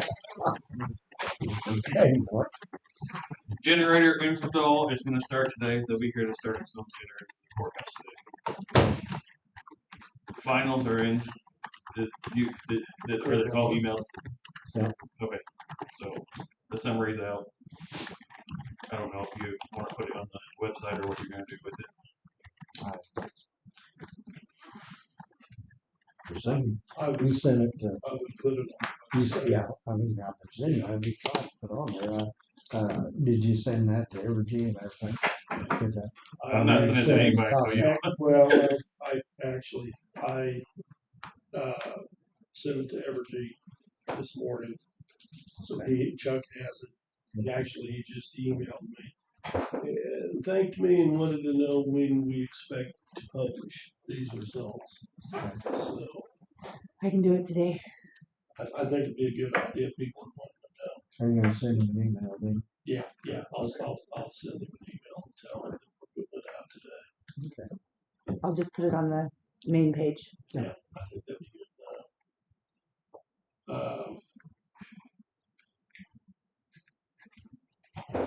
We can either talk about this now or talk about this later, but after reading it, we need to decide what we're gonna do as a county with these. And I don't care how we handle it, but I don't want it to extend out to where we talk about it, but we don't do anything. Well, So we need to come to some, and we may have to wait for Jake, and I understand that. But I don't want this to turn into, I mean, everybody's been waiting on this. I hated holding on to it as long as I did because I was just concerned.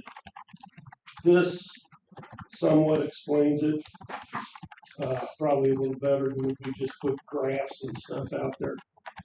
But as a county, we need to make a decision how we are going to handle this, because this is not only just affecting some individuals, whatnot. I do believe we need to get the water guy in here, because the way this shows, the water is bad. Now, how it's coming out after what they're filtering, what they're filtering, and what they're not filtering, the public needs to be aware. We need to be aware. And I think it would probably do, I don't even know who is the water. I'll be Alliance. Alliance. I think They'll it would have be all that. Alliance very good for somebody to come in and explain if they are even checking and doing filtering for the products that we have in this water. Because if they're just doing the lead and whatever the stuff that you normally do in a water place, that's not going to filter this stuff out. So I think we need to move out on this. This has been going on for a number of years. We finally have done something with it. I don't want to drop the ball and say, well, okay, we found out what it is, so we're done, because that's not where our duty actually ends, is right there. I don't know where our authority is on it.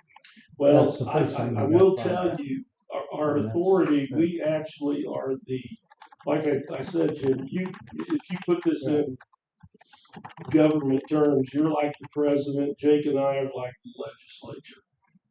In that respect, we can write an ordinance that shuts this down. We get Mark involved, we get the health department involved, and we probably may have to get Scott involved, because that is a dump site. I don't know what it's registered or how they've got it licensed, commercial, whatnot. That is a dump site. There's nothing going on out there other than dumping. Due to that, and I'll tell you, I haven't released it yet, but I've got an ordinance written for this. It's probably not going to make a whole lot of people happy, but it will stop it. And we need to actually do what we were elected to do, and that is to govern this county and not look the other way. So, like I said, I've got it written. I think it would be good, probably, for an attorney to look at it. I will tell you, not Ivan, because I don't think Ivan knows anything about this. I don't care if it's an attorney in this town or what. but we have to move out because at some point we become culpable for this. We've known that it's been going on. We've watched it happen. Nobody has said anything and nobody has done anything. I don't want to be the guy that's sitting up here and someone says, "Why didn't you do something?" So like I said, it's we're going to have to vote between this, but I'm going to put it out there right now. I think we need to do something. I think it needs to be done, and I think it needs to be done very quickly because this is affecting a whole lot of people.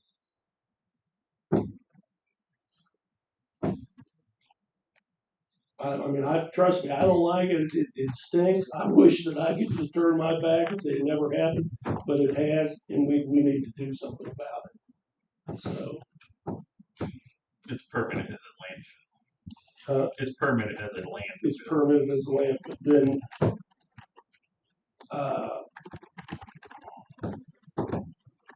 that actually, if it is, that's going to make it easy. Hold up. And I'll guarantee you, I spent 31 years out there, and the ash pile was part of my responsibility. It's not being done the way we did it when the plant was operating. I'll guarantee it. And that's one of the stipulations where we can stop it. It's because of that. Yeah. I mean, literally, it's just a matter of everybody's going to have to get on board, and probably even Lucretia and Aaron, you also, because you'd be the one that have to enforce it. I mean, just it is what it is. They haven't slowed down with the trucks; they've sped up. So, it's like I told Chuck, they're getting real close to being culpable too. If you know you are causing a health issue or something to that effect, and you continue to do it. And now they're using water trucks to wash the road to try and cover their ass. Yeah, but they're using it from the water trucks coming out of Montrose. Yeah, which you're not supposed to eat the fish out of there because contaminated water to cover up contaminated. And I saw that lake closed one time for eating fish, and that was during the switchover from local coal to western coal. They had a bad reading down there. We called conservation. They shut it down for about 3 weeks till we got everything straight. Yeah. I mean, and now it's all over Truman. Yeah, well, yes. These results, when people see them, it is in Truman Lake. Oh yeah. And I also I believe that we need. I know we sent a letter out to any of the surrounding counties, telling them that we were doing this testing and informing them of what was going on. We need to send them another letter telling them what we have found out. Because you've got people, Truman Lake flows into Lake of the Ozarks, and I'm pretty sure those commissioners are going to want to know what's coming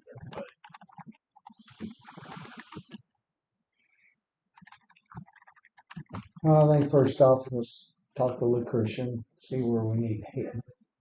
I don't even want to talk about it, because that's something we need to find out. Yeah. And then move up the ladder where we're going.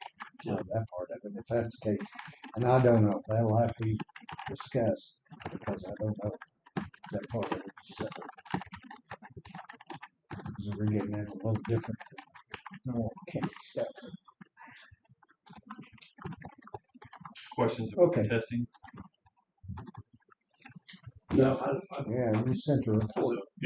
So on real quick, just to make it clear.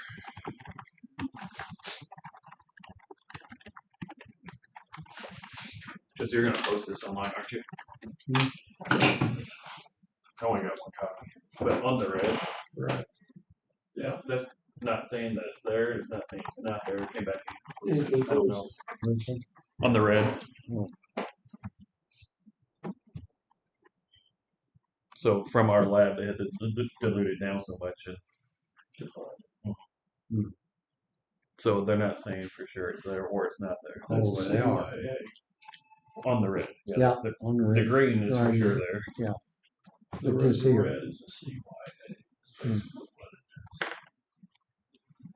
Well, that's where, because then you got to kiss.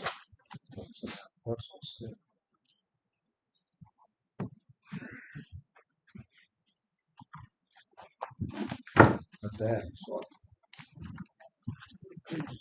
166 pages.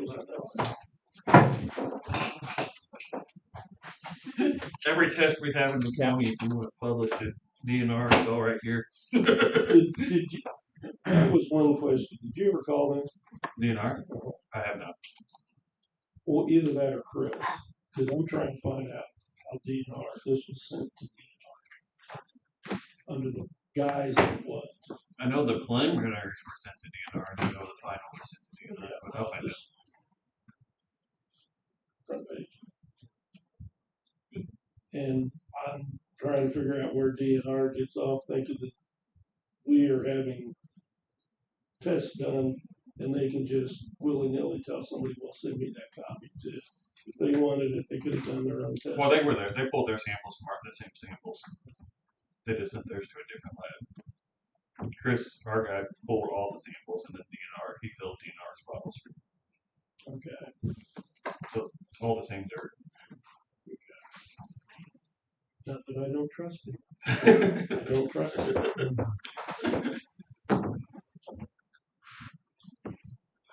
But some of those ones that came back inconclusive on our testing, DNR has actual results for it. Yeah. okay, well, go ahead and move on. Which testing, like companies or departments, do you have the results for already for everyone's or just? Well, we've got them from, Our testing company, yeah, Tech Lab. Tech Labs, some of DNR, they didn't publish all of theirs, they only published 3 testing sites instead of all locations. And then I've got bills. And you got bills. I've got bills. Evergy said they will share theirs with us once they get theirs finalized. Theirs are finalized. Yeah, they're waiting on the summary like like we just got. Yeah, I think they got. So You wanted to release his at the same time we released ours, but that'll work for him. So.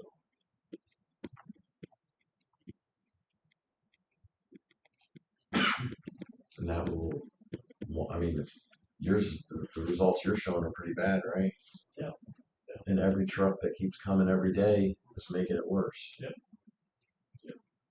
Are any of these labs that you guys are using to test the ground, do they also test blood samples? I don't. are there no these labs are all environmental, they're all soil and water. Because I've been trying for a month and a half, and the health center sent them off, and they came back. A few of them came back, the ones that basically a educated idiot could run. And the others, well, this wasn't right, or this wasn't right, or this wasn't right. Now I'm having a hard time even getting the sample bottles to pull blood and do it. And if you go to the hospital, they want $2,000 to run $200 worth of samples. And I'm just not real big on paying the click for that. Yeah, doctor, like, just if you're on and everything. Yeah, but they want to run through the hospital. And it's about $2,000. So I'm trying to find an independent that's trustable. And I have no idea, honestly. That's way above. Don't mind too. Do we know how DNR's, if they're the same samples, how DNR's equates to the counts? So that's what they put their results out. I have it here. Everything's pretty close. They only put out 3 locations. They didn't put out all the locations. So the 3 that they put out, how does that equate to the 3 of the counties? They come with the same. Yeah.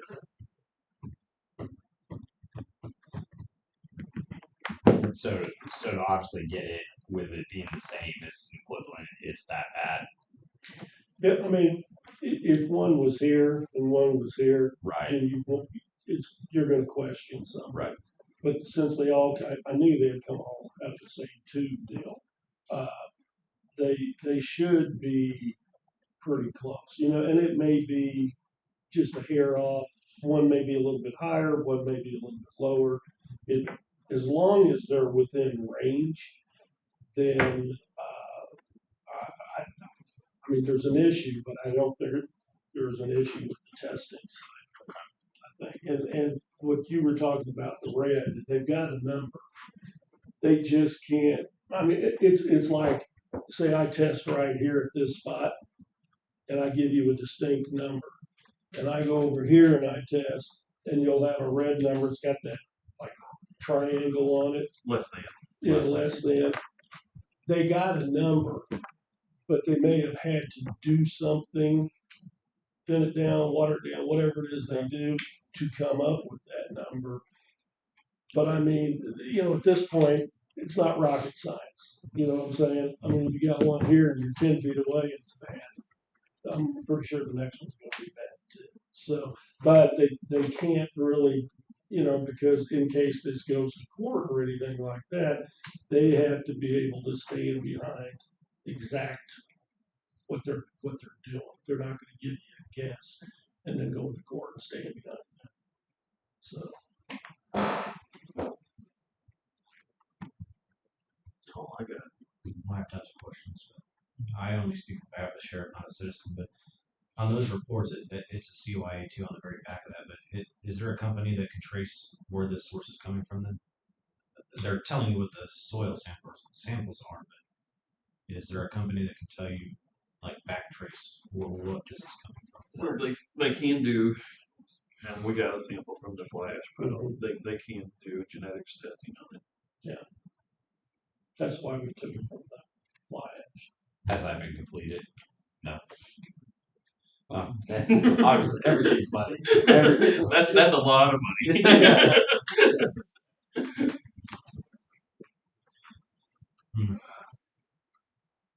So you're ready to put that ordinance out and vote on it, like Yes, but like I said, I think we need. I was going to send it to Jake, and I'll send one to you, Jim, because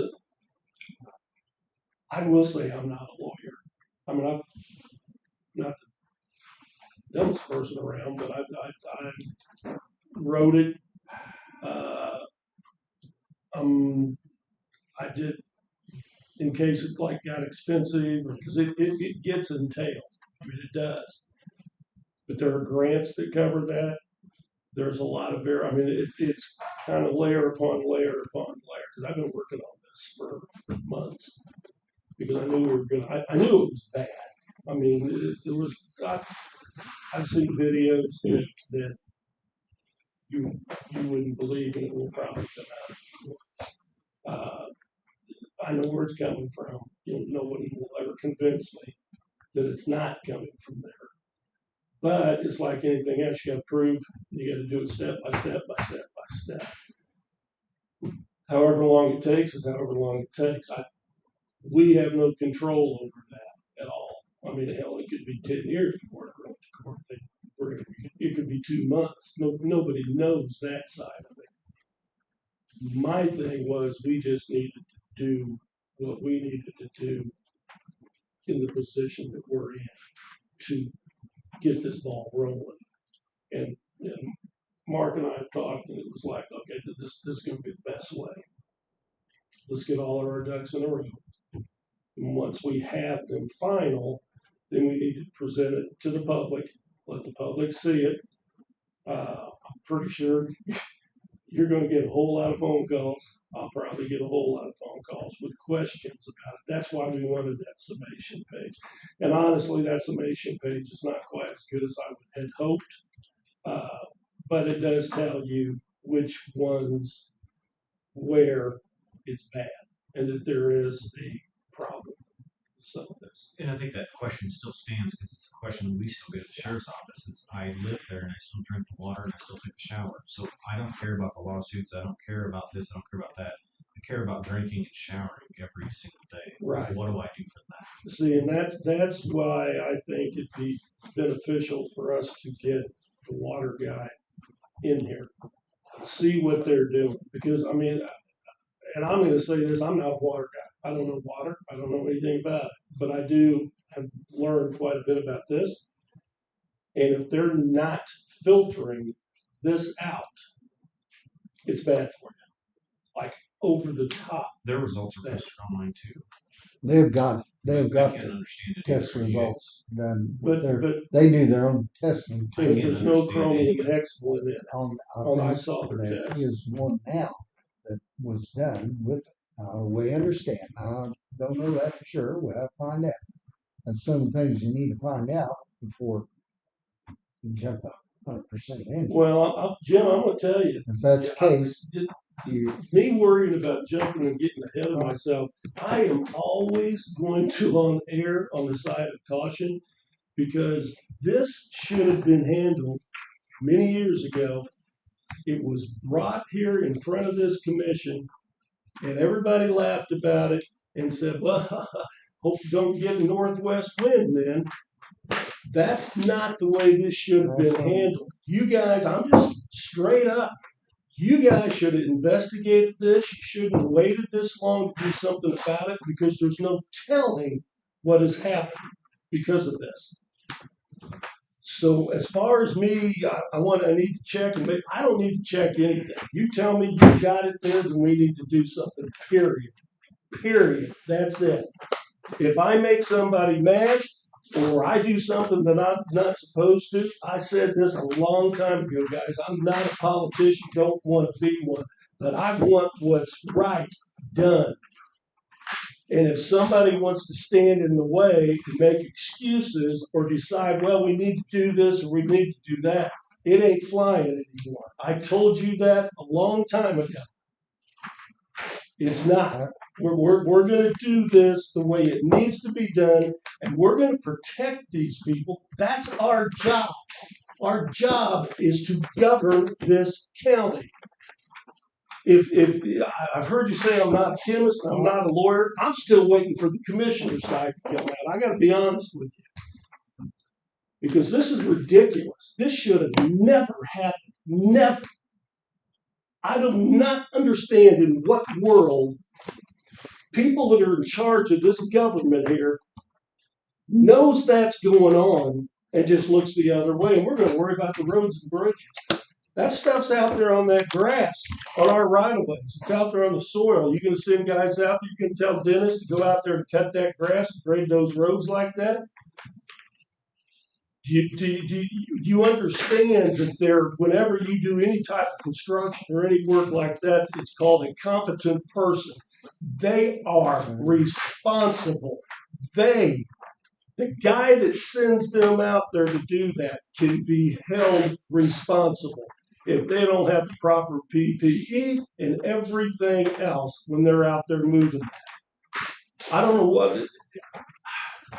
Like I said, I'm not the smartest person in the world, but I've never seen anything like this in my life. Yeah, one of the ex-commissioners worked out there, retired from out there.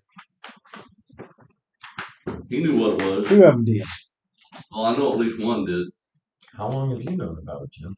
I didn't know about it. You knew about it 4 years ago for a fact because I could get Bill Stewart to come in here right now and tell you the date and everything because he's got it written. When he brought this to you guys and you guys literally laughed. You laughed about it and thought, well, I hope you don't get a northwest wind, ha ha ha, and then went right on with business. I don't think we said that, but anyway. But what it did say, You might be what it did surprised. say, DNR, EPA is who you have to deal with on that out there. That's what I've always been told. Evidently, I was wrong there. You know what? You need to quit listening to people. Right. You're the presiding commissioner. Run it. Don't call some other county and say, hey, what are you guys doing? I'm so stinking tired of following everybody.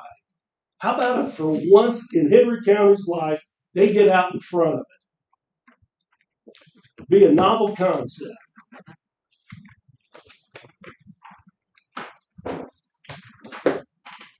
I'm done. I didn't get to tell you guys because you started going. You guys are doing a great job. All of y'all. Everybody was in here in your whole force. I mean, you have changed. I will tell you, you have changed in your county. You guys have done a very, very good job. You did all houses. Okay. Go ahead. Mike? Got 5 minutes, if you could. Move it along.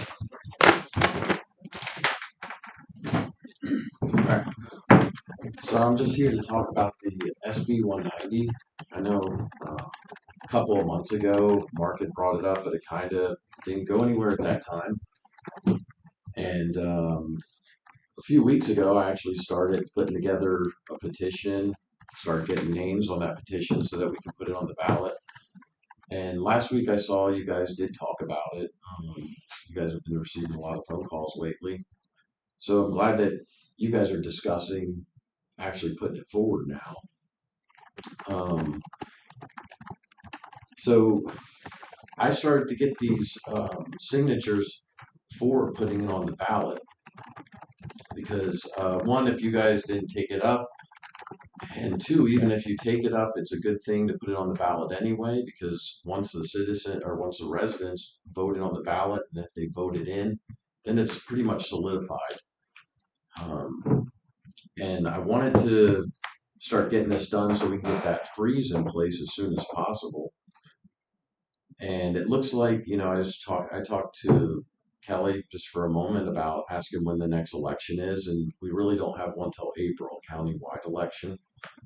And honestly, I didn't want to, I was doing this for, this August or November, but now I don't want, I looked at how much that would cost and it's way too much. I wouldn't want to waste that much money of the taxpayers' money just to put this one thing on there. So I do want to get it prepared for April, because April's when we do have a countywide election already, right? So it's an open election. It will be an election in April. Okay. There will be one, regardless whether the county has anything on it or not. It doesn't have to be countywide, but there is an election scheduled for April, whereas there isn't for August and November. And that's what I'm working towards now, just getting this prepared for April. And looking at the numbers, I think I need around 600 signatures, and I'm going to shoot for a little bit above that just to make sure we have enough. But in the meantime, I was going to ask you guys, and like I said, I watched last week, you guys are already talking about it talking about last week about maybe doing it. But asking you guys to actually vote on that as soon as possible, just to get those numbers frozen for the senior citizens, because this, will take next April, so that's a whole nother year it'll take to start freezing those assets if we waited until the voters voted it in.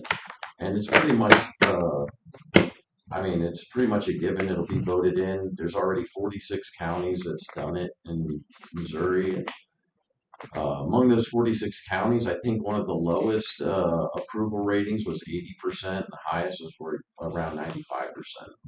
So it will be passed once it's on the ballot, but I just ask you guys, I know, Mark, like I said, a couple months ago, you were trying to get it done or bringing it up, and now it seems like Jim and Jake was talking about it last week now. So if you guys could get it done as soon as possible, just to get those assets frozen at the time, and then I'll back it. I'll work on getting these signatures and getting on the ballot for April then, and that way it'll be solidified by the residents. I think. And it couldn't be undone by a future commission. Right. I think we, correct me if I'm wrong, I think we had talked, Rick had written up kind of the, like a format. Yeah. And we were gonna go through it and either add or subtract. Oh, the ordinance? Yeah. We got it right. We have a sample ordinance already written. Yeah. We're working on it. In fact, we're supposed to meet today with Scott and Rick. Is it today or next Thursday? Got to get everything together to make it work. When Jake's back. And Jake will be back. We'll make sure he is here. So that's the reason. And the petition I'm working on would be for, everyone's current, their residence that they live in, to get completely all of it frozen, not just part of it or this part or that part. And I know that was kind of discussed last week. Talk about It basically, and that was part of the thing we were going to decide. It would be everything, every tax entity, all of Yeah. them. We would stop all of them, or not stop. I rephrase that. Freeze. Yeah. Freeze. Yeah, freeze. On real estate. That could come back real quick. They were going to freeze all of them. Some of the questions were how much, like I'm thinking, and I think Scott is, and maybe Rick, I'm not 100% sure, the house in 5 acres Yeah. is what, because that's, I think, the way Scott's got something else set up. That seems like that would be the simplest. One of the questions was, if we do that, then, if you've got 2 or 3 buildings within that 5 acres, should that be allowed? I'm of the mind, yes, but we'll have to, that's particulars. And I talked to Scott about that too, just asking him how his numbers are right now. And it seems like if you've been taxed at 5 acres and these buildings have always been part of that residency, I mean, it seems like that would be the way just to keep it so that it's the same as it's always been. That way you don't have to have 2 different systems, one for taxing this and one for taxing just these buildings. The only thing I can think of, and I think Scott has brought this up too, and actually it was very good. We're going to have to figure out when we write it some way that when we write it up, say I'm gonna use Jim as an If example. you're running a business out of another building within that 5 acres, then that should be separate. We've got to figure out a way to keep that separate. Yeah. Because that's not really part of the homestead. Yeah. And that sounds, and I actually was talking, Scott was talking about that, and that's not too bad. Before he was like, I don't have a bunch of people who go out there and assess every single 62-year-old in the Buck property.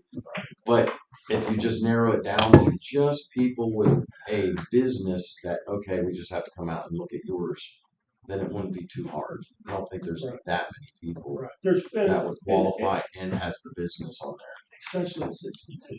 Yeah. I mean, honestly, maybe a guy your age but you're not going to have a business at 62. I'm smarter than that. But I just had a question for you. When would, for down the April to business make the end. ballot, when would I have to submit these to you? Third week in January is the last day to certify. I can't give you an exact date. What's the best time for you so that it's not, like, I don't want to make it so you're rushing at the last minute or anything? As long as I have it before that third week of January, we're good. Okay. Can I, in the Senate bill, it gives you, where it tells you that you can petition as a person, you can petition the commission, and it gives you the actual ballot language. So I don't want you to fill your petition with a bunch of stuff that's just not going to be. I think this is one that's been passed from more than one county. So that way it lays out in there exactly what you can ask. Yeah. So it says, shall the county of, say, Henry, exempt senior citizens from increases in the property tax liability due on such senior citizens' primary residence, which is the same you have here. Yeah. And if you're petitioning that and they've already adopted that, that's not.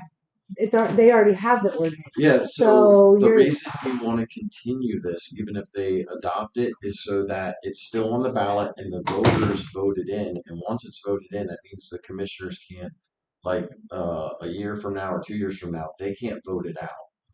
So the guy who actually wrote this, who drafted the bill, I spoke with him, and he told. I was speaking with him on the phone, and he said, definitely.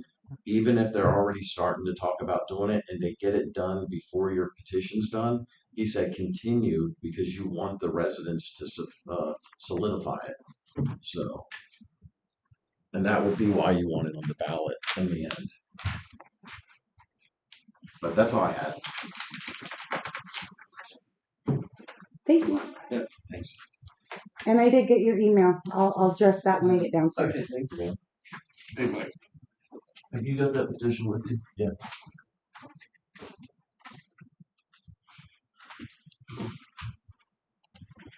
Those petitions, you're going to want to check because when you have them signed, you either, I think, I want to make sure, I just check this. They have to be either certified or you have to certify anybody that signs, Yes. you stand good for their signatures. Yes. I have to go to a notary and notarize it. I witness them sign Right, it. right, yeah, right.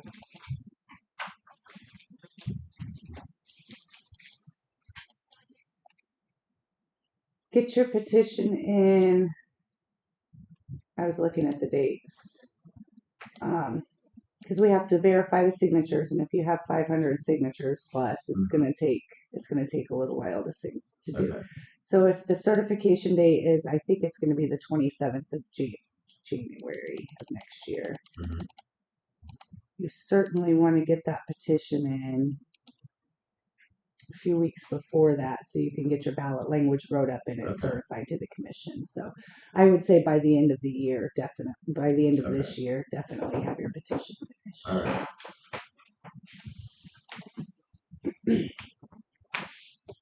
Jim, will you sign that? Yep. We missed London.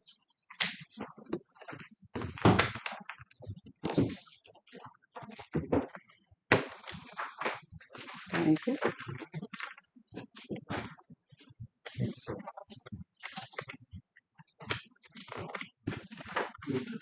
No, it's fine. Don't slap I wouldn't go that far. I was gonna say you can sit down and read it while you're doing your extracurricular activities. But Oh, in other words, going to the bathroom. there you go. I'm too beat up to do extracurricular activities. That's what I meant. Yeah. Okay, I guess next on the list, Kevin Scott, or see if they want to come up. Are you gonna have Well, if we're gonna talk about this, what we talked about, I think You know, wait. that's that's next week? oh, for next week? Yeah. That's next When- Thursday, okay. When Jake was gonna back. be back. Okay, so I just thought we'd get some of it kind of ironed out. Well, you can call him. I got to. I guess it all doesn't day. matter. Cause I was going through some of them, working through, cause Mm-hmm. some of that we don't need. Right. It needs change. Yeah. And I guess my big thing is how he spells that out. Separate what we have to do there. But I think the rest of it pretty simple. I think, cause it's 62 years or older, and that's pretty well spelled out. The only thing I saw, there was 2 paragraphs that looked like they needed to be crossed out. Yeah, I Mhm. marked out, Then there needs to be some place that definitively says the house, 5 acres, whatever. There also needs to be a place that it's, you decide what your age, like, Oh, when it starts. must be takes place. 62 by Yes. December 31st of the tax year frozen. Right. Or, I mean, it's that simple, but that has to be spelled out in there. yeah, there's a lot of little stuff there that's gotta be, you gotta get on it out and prepared, but other than that, the big thing is the tax year you freeze. That's what I'm hearing more than anything. Well, it's, That's our only probably- option at this point is 25. Yeah. So, That's your big thing right now, people, well, that's tax, but Is it, reassessment, is it 25 now? 'Cause I got that's, I would have sworn that Travis Travis was. said we could go back to 24. I agree with what Travis said, and that's what I was asking about. I may be speaking out of, but my understanding was that the company that Rick is Couldn't do it. using Oh, they can't. couldn't They go can't do it. back Okay. That makes that more far. sense. And now, I could be wrong, but I think that's the way I understood it, was that they couldn't go back. That's the only thing, and that's one of the things there is I remember that, to figure out. Because I thought, one time it's something that no matter what year that freeze it back in 4 or 5 years. Which is the way I understood it. That's the way Travis, what Travis said. Yes. But To be what fair he's- about it, it ought to go back before and COVID. he, before it I went guess- crazy. Yeah. he's an attorney, and that's a lot, but I just saying what he said, that's all. And I don't know. I don't know about the other. I know the big thing is just like all we do is get it handled. Kelly, is your copy of the sheet working? It is? Yeah. I signed this. I got a copy of it.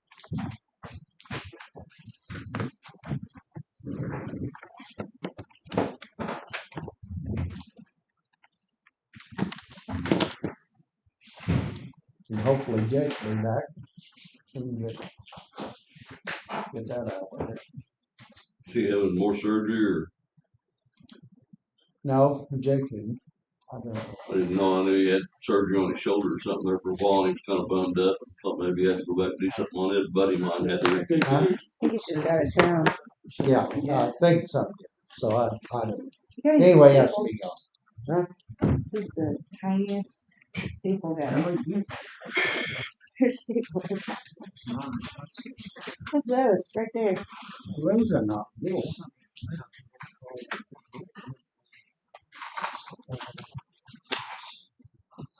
Big ones. Can't Need a few. can't hold two minutes. I mean, you have that like part-time They have rooters. sheriff's, Got it. police captain. Is that for All right. people that? Okay. I'm gonna make one of Just like myself. reserve, Okay. Look how fast that Uh, goes. Oh, we've been on. It's I, just the we know hours. one. It's so nice. So it's just for Indeed, it sends Copies are the done. ideas. It's so nice. I didn't even have to do it. All right. Did it. Monday to Friday.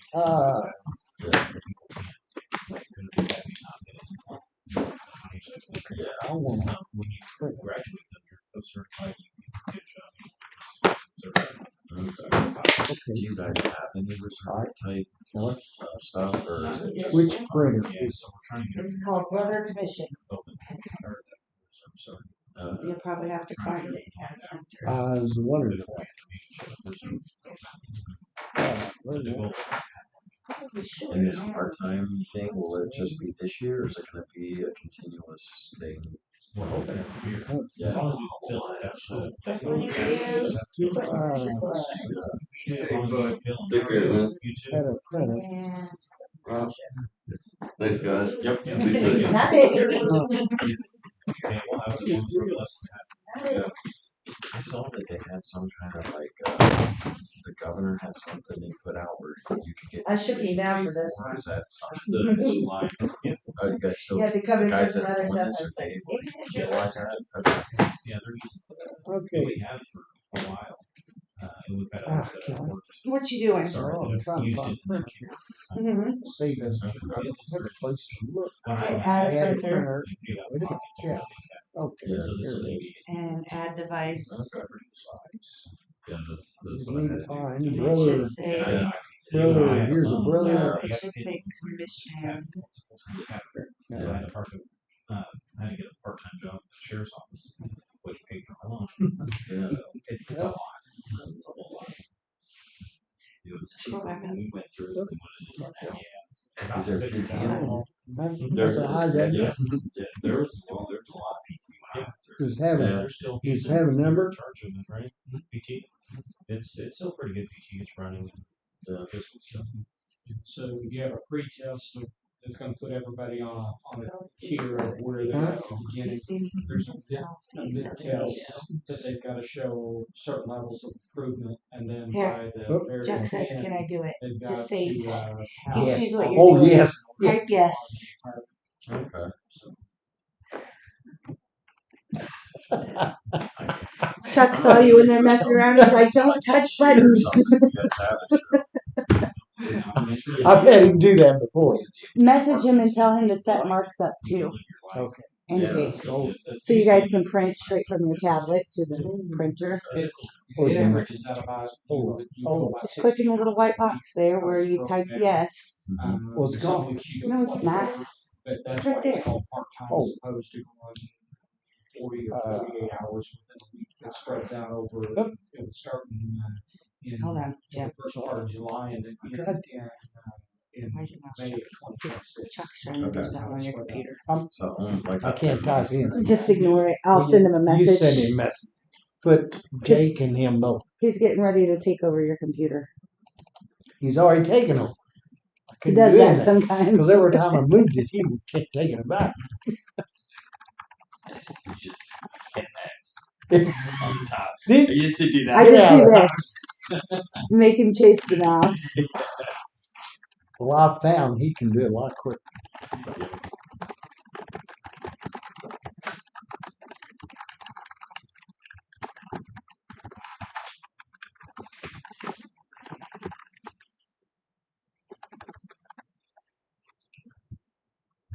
And now that we got a printer, it's a little faster. It's not too bad to do.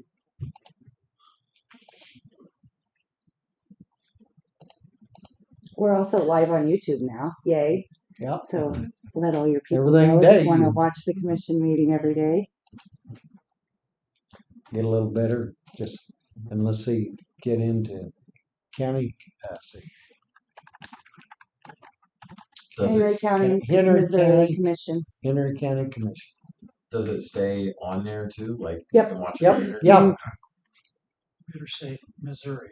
We're gonna get a lot of Henry County in search. And this one, you see whoever's talking. It's double screen. double so you can see screen. the area end up there. So you got both sides of it, just a lot clearer. And I think the voice is a little better too. I don't know. I'm not sold on the sound. Yeah, We're, not we're still working on some Can you drop like mics or something from the some kind of ceiling? mic. We could. I think if we got a really good one and just put it in the center, that it would pick up. I mean, this room's not that big. But You're missing both sides. Those seats are invisible. yeah, my cameras. I was having trouble signing in this morning, so I couldn't zoom. So that's not always that like zoom that. out? It's Catch- just today's. catch that? She showed me last night. I don't know what the final total's gonna be right yet now because it's we've just- swapped cameras so many times. She couldn't get signed in. But she showed me last time because I seen it last time. Oh, she. That's good. I think it'd be set. $4,000. Oh, way less than that. Yeah. Way Yeah. less than Sign that. in. I think it's even gonna be less than that. One that I brought in here Mm. Jumping on that on the was yeah. $4,000. Set it on the 21, table. Yeah. obviously. If he talks, By the time okay, you Turns in. you don't they sound great. No, And the way I then always tell you people, can as long as take you it can from go there. through it and pass You on can the take text, it downstairs Mhm. and do the same thing. Hmm. That's the reason I got it. Yeah. No, it's not been very expensive at all, and the platform's free. And that was one of my concerns was, well, what if we meet in the basement? Well, I have iPads downstairs in my office that we can just flip open and go straight to our live page and live from wherever we're at. So I have thought about that as I like my well. You're an Apple guy, huh? just to me it's simpler, that's all. And I hate any and Apple I- product. And Microsoft, I just have some issues with them. They're just different. Huh? That's all.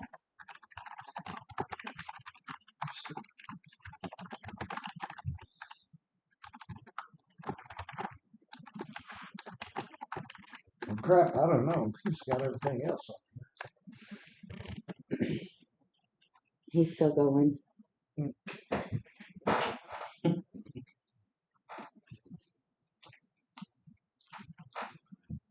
Yeah, I don't think Kelly would ever got into this to be able to link that much. It looks like he's having to download it onto your. I thought he had already done that.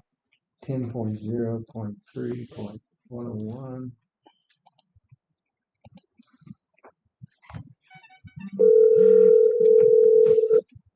It's Chuck. Chuck, Are you watching? We're talking about you.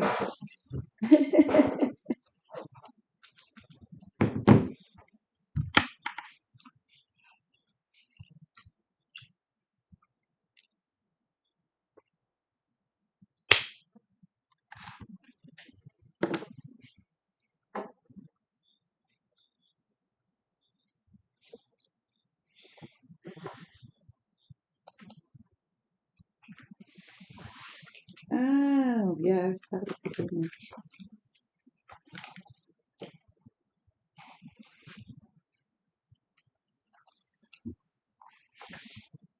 Okay.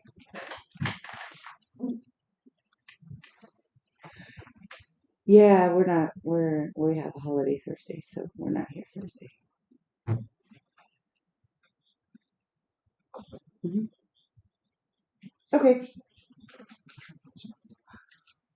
Sure. All right. Sounds good. Thanks. Bye. that's your Microsoft. Can't get there. He said he'll have them all loaded by Tuesday. It's just gonna, he said it's gonna take some time to do each one, that's all he said, so. Okay. We're not in a hurry, we will have it loaded by Tuesday. What do you need to print it off? Cause I can print anything you want. Don't need it. No. You printed it. That one. I just want to have it.